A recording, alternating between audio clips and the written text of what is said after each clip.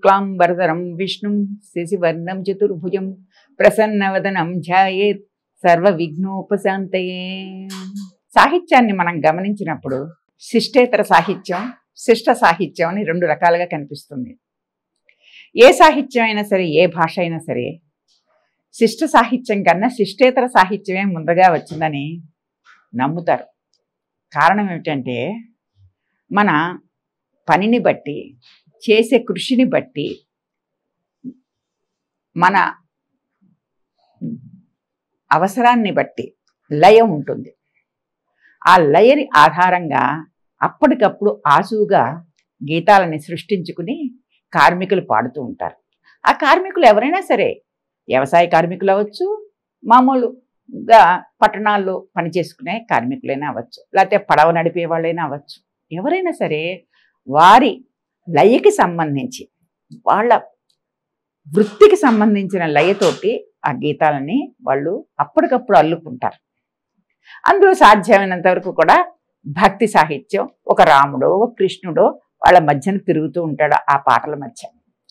అది ఒక ఊపునిస్తుంది. దీన్ని ఏమన్నామంటే శిష్టేతర సాహిత్యం అన్నారు. శిష్ట సాహిత్యం అంటే ఏమిటి? మనం మామూలుగా గ్రంథాల్లో గ్రాంధిక భాషలో చదువుతున్న సాహిత్యం అంతా కూడా శిష్టేతర సాహిత్యం, శిష్ట సాహిత్యమే. ఆ శిష్ట సాహిత్యానికి ఛందస్సు కావాలి, ఒక లయ కావాలి, భాష కావాలి, భాషా పటిమ కావాలి, పాండిత్యం కావాలి. వీటన్నిటితో ఉన్నది శిష్ట సాహిత్యం. శిష్టేతర సాహిత్యానికి వీటిల్లో కొన్ని ఉంటే చాలు, కానీ అన్నింటికి మించి శృతిబద్ధంగా పాడగలిగిన నేర్పు ఉండాలి. అప్పుడే అతను మిగిలిన గ్రూప్ అంతటిని కూడా తనని అనుసరించి పాడేటట్లుగా తను చేయగలడు. అందుకని శిష్టేతర సాహిత్యమే ముందర.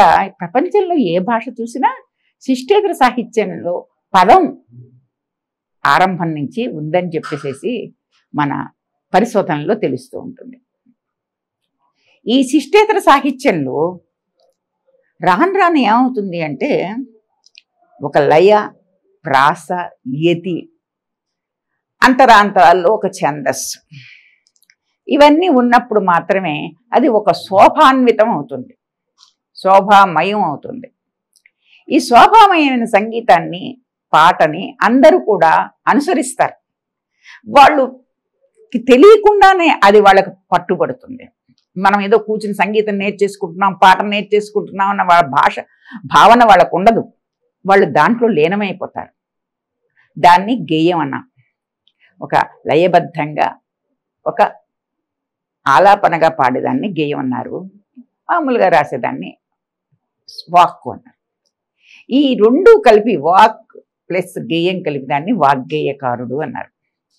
అంటే తను రాసిన దాని మీద తనకి పూర్తిగా అవగాహన, తన రాసిన సాహిత్యం మీద తనకి పట్టు, అందులో దోషాలు లేకుండా భావనల్లో ఒక సంయమనంతో, అంటే మీకు ఉదాహరణగా ఎలా చెప్పాలంటే పున్నమిని వర్ణిస్తున్నప్పుడు ఆ పదాల చుట్టూనే తిరగాలి, ఆ భావనల చుట్టూనే తిరగాలి.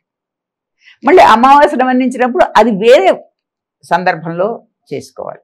ఇలాగా ఒక అవగాహనతోటి, సాహిత్యం మీద పూర్తి అవగాహనతోటి నడిచేదే మన వాక్కు గేయం కలిపి వాగ్గేయం అవుతుంది. వాగ్గేయకారుడు ఎవరైతే ఈ రెండుని సృష్టిస్తాడో అతన్ని వాగ్గేయకారుడు అంటారు.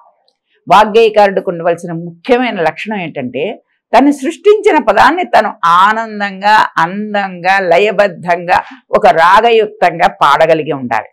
లేదండి నేను రాస్తాను, ఇంకెవరైనా మ్యూజిక్ డైరెక్టర్ దాన్ని చూస్తాడు అని అంటే అతను కాదు. ఇప్పుడు మనం సాధారణంగా సినిమా సంగీతంలో కూడా ఆ మ్యూజిక్ డైరెక్టర్ కానీ, రచయిత కానీ తనకి పాడగలిగే శక్తి ఉంటుంది. మీరు గమనించండి, టీవీలో చూపిస్తున్నప్పుడు అతను చక్కగా దాన్ని పాడి చూపిస్తాడు. ఆ గాయకుడికే, పాడవలసిన గాయకుడు ఇతను కాకపోవచ్చు, కానీ ఇతనికి చూపించే నేర్పు ఉంటుంది తప్పకుండా. ఇలా ఉండాలి, ఇలా పాడాలి. వీళ్ళనే వాగ్గేయకారులు అన్నారు. సంగీతం ఇంత దూరం ప్రయాణం చేసి మనని చేరుతూ మనని అలదిస్తోంది అంటే ఎంతోమంది వాగ్గేయకారులు. అందులో పెద్ద చిన్న అన్నది లేదు, ఎవరికి వాళ్ళు దోహదం చేసిన వాళ్ళే. శ్రీగణనాథ సింధూరవర్ణ కరుణ సాగర కరివదన లంబోదర లకుమికర అంబసుత అమర వినుత సిద్ధచారణ గణసేవిత సిద్ధి వినాయక కే నమో నమో లంబోదర లకుమికర అంబసుత అమర వినుత. ఏమాత్రం సంగీతం పట్ల అవగాహన ఉన్నా, మనం నేర్చుకోకపోయినా, మన పిల్లల సంగీతం నేర్చుకుంటున్నా ఈ గీతం తప్పకుండా అందరికీ పరిచయం ఉంటుంది. వాళ్ళ మనసుల్లో వాళ్ళు పాడుకుంటూనే ఉంటారు. ఇది ఒక గీతం అంటే సంగీత అభ్యాసంలో కొంచెం ఇంకా 5-6 నెలల పాటు సాధన చేసే పిల్లలు నేర్చుకునే గీతం అన్న విషయం అంటే సాహిత్యంతో కూడిన విషయం. అప్పటిదాకా స్వరాలే ఉంటాయి. ఆ స్వరాల తర్వాత వెంటనే నేర్చుకునేది గీతం. దాంట్లో సాహిత్యం ఉంటుంది, ఒక దేవుడు ఉంటాడు, ఒక భక్తి ఉంటుంది, ఒక భక్తి పరమైన విషయం ఉంటుంది, ఒక ముద్ర ఉంటుంది. ముద్ర అంటే ఏమిటి? దాన్ని ఎవరు రాశారు, వాళ్ళ ఇష్టం. ఎవరైనా ఏదైనా ముద్ర పెట్టుకోవచ్చు. కొన్నిసార్లు వాళ్ళ పేరే ముద్రగా పెట్టుకుంటారు, కొన్నిసార్లు వాళ్ళకి ఇష్టమైన దైవాన్ని ముద్రగా పెట్టుకుంటారు.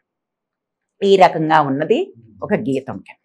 ఈ గీతాన్ని మనం చాలాసార్లు వింటూ ఉంటాం.